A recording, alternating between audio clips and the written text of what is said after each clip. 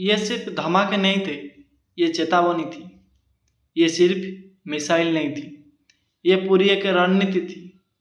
बीते 24 घंटे में मध्य पूर्व का नक्शा एक बार फिर हिल गया है।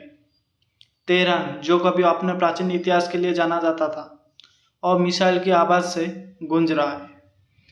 इजराइल ने बीते रात तेहरान के नज़दीक सैन्य ठिकानों पर हमला किया। लगातार 3 घंटे तक आसमान में ड्रोन, मिसाइल और एयर स्ट्राइक के धमाके की गूंज सुनाई देती रही। लेकिन ये हमला अचानक नहीं था, ये महीने से उठ रहे तनाव का परिणाम था। रात के करीब 2:30 बजे स्थानीय समय पर तेहरान के पश्चिमी इलाके में पहला धमाका सुना गया।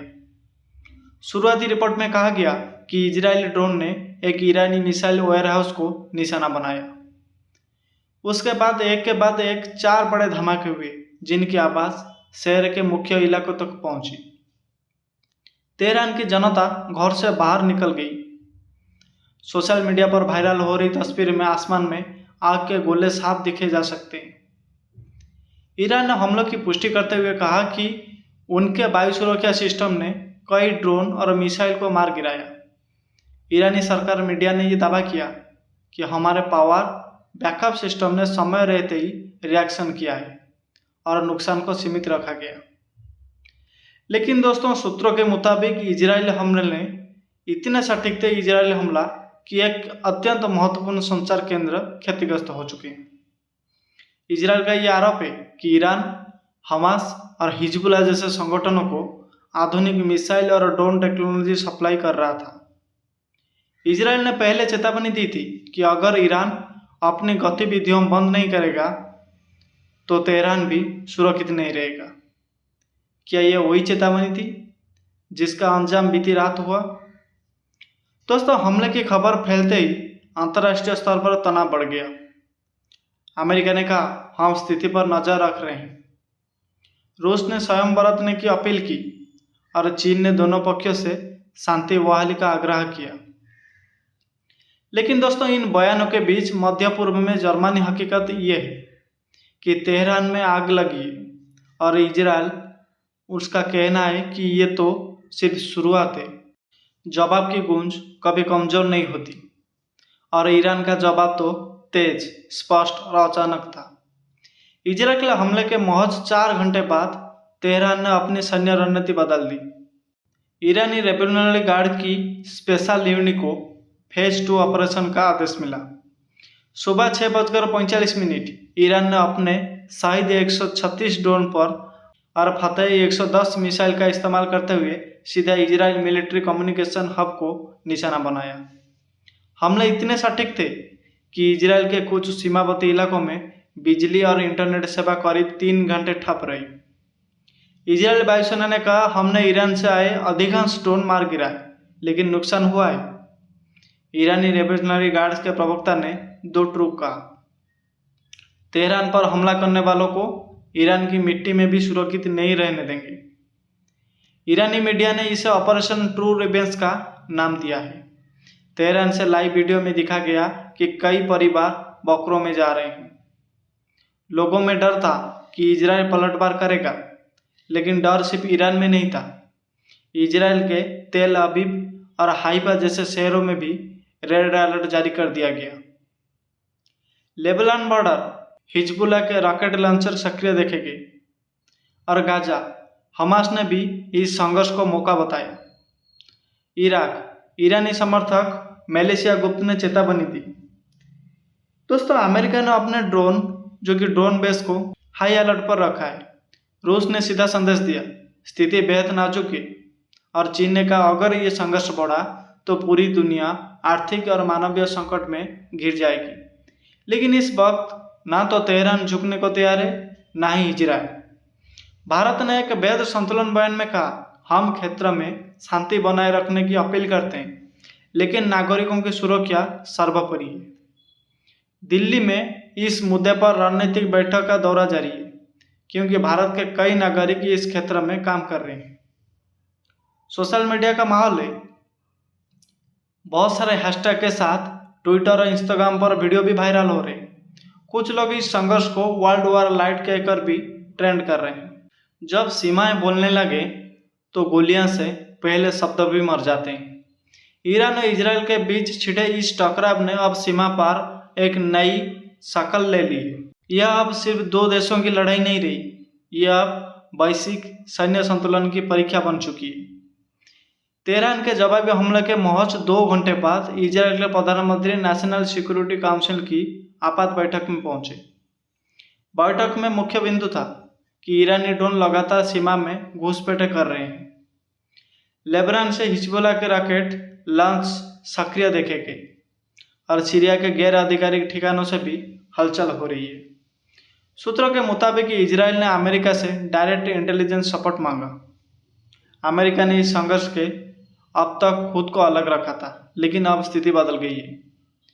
अमेरिकी डिफेंस स्टाफ व डिफेंस डिपार्टमेंट ने पेंटागन से सीधे ऑर्डर जारी किए हैं। मध्य पूर्व में तैनात यूएस नेवी के एयरक्राफ्ट कैरियर अब ईस्टर्न मेडिटेरियन में एक्टिव स्टेट में रहेंगे। अमेरिकी विदेश मंत्री एंथनी ब्लिंकन ने यह साफ कहा, हम अपने सहयोगियों के साथ खड़े हैं, स्थिति पर करीबी निगरानी रखी जा रही है। अमेरिका के ड्रोन पहले इजराइल सीरिया बॉर्डर पर गश्त कर रहे हैं। इजराइल ने लेबनान बॉर्डर पर नागरिकों को 30 किलोमीटर के दायरे में तुरंत हटने का आदेश दिया है।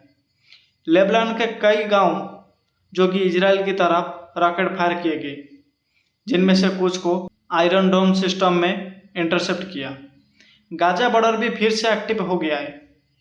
हमास समर्थक समूह ने इस लड़ाई को अल्लाह की मदद से अपनी लड़ाई बताया है। ईरान को, जो कि रेवोल्यूशनरी गार्ड्स के एक गुप्त सूत्र के मुताबिक, तेहरान अब ड्रोन हमलों के साथ साथ साइबर अटैक की भी तैयारी में जुटी हुई है।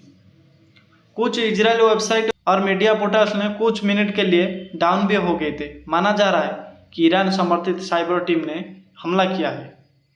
संयुक्त राष्ट्र महासचिव एंटोनियो गुटेरेस ने कहा, मध्य पूर्व का ये आग का खेल पूरी दुनिया को जला सकता है। संयुक्त राष्ट्र सुरक्षा परिषद की आपात बैठक बुलाने की योजना भी है।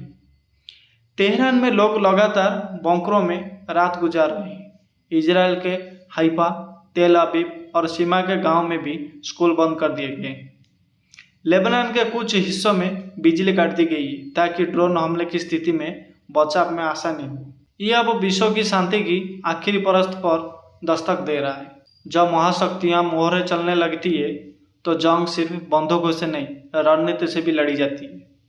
ईरान और इजराइल के टकराव में अब वो खिलाड़ी खुलकर आ गए हैं जिनका मैदान समिति नहीं बल्कि पूरी दुनिया है। अमेरिका अब सिर्फ निगरानी की स्थिति में नहीं है। अमेरिका नौसेना का USS डेलाइट डी व एससी हवार एयरक्राफ्ट कैरियर सीरिया के समीप पहुंच चुका है। पेंटागन ने पुष्टि की है कि अमेरिकी लड़ाकू विमान इजरायली वायुसीमा में सीधे टोही और सुरक्षा उड़ान भर रहे हैं।